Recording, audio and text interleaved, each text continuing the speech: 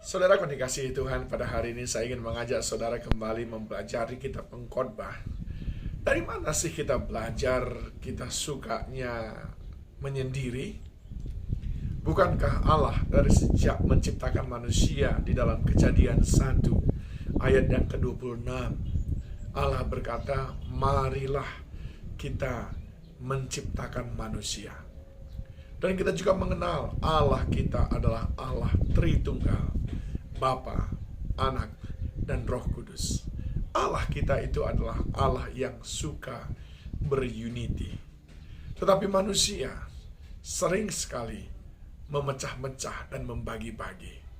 Bahayanya adalah sebagaimana dikatakan di dalam kitab Pengkhotbah pasal yang keempat, dikatakan ayat yang ke-9, berdua lebih baik daripada seorang diri, karena mereka menerima upah yang baik dalam jerih payah mereka.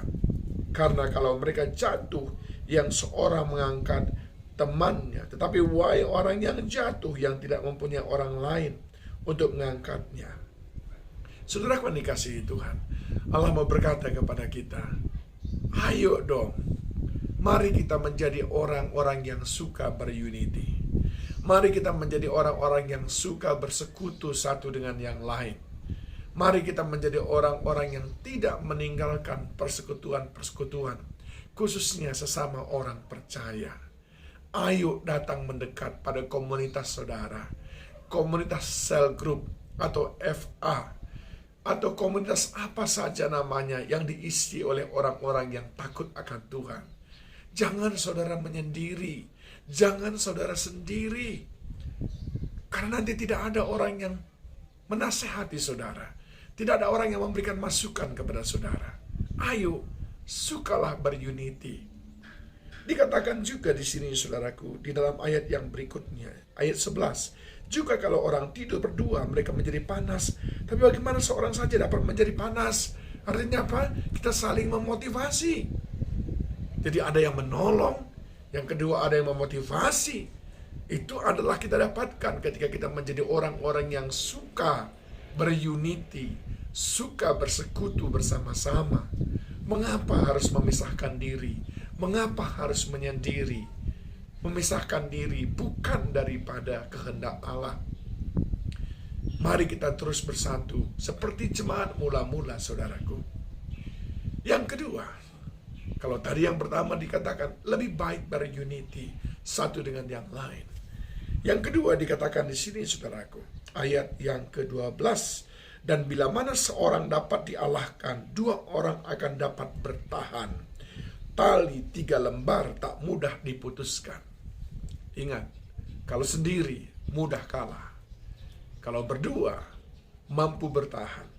Kalau bertiga tidak mudah diputuskan. Apa maknanya bertiga? Kalau berdua tadi berunity. Kalau bertiga artinya apa?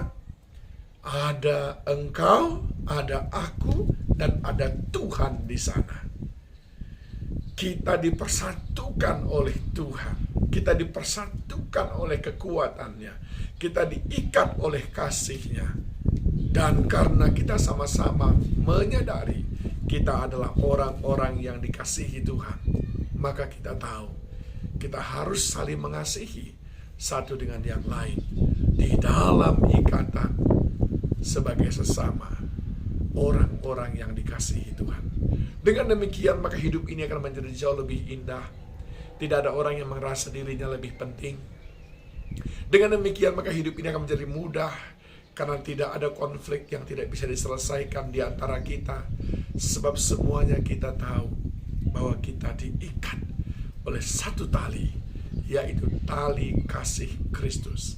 Ingat, satu orang mudah kalah, dua orang mampu bertahan, dan tiga orang, yaitu engkau, aku, dan Yesus Kristus, tidak mudah diputuskan. Apapun yang terjadi, engkau ada mendukungku, dan Tuhan memberkati kita, kita akan tetap maju.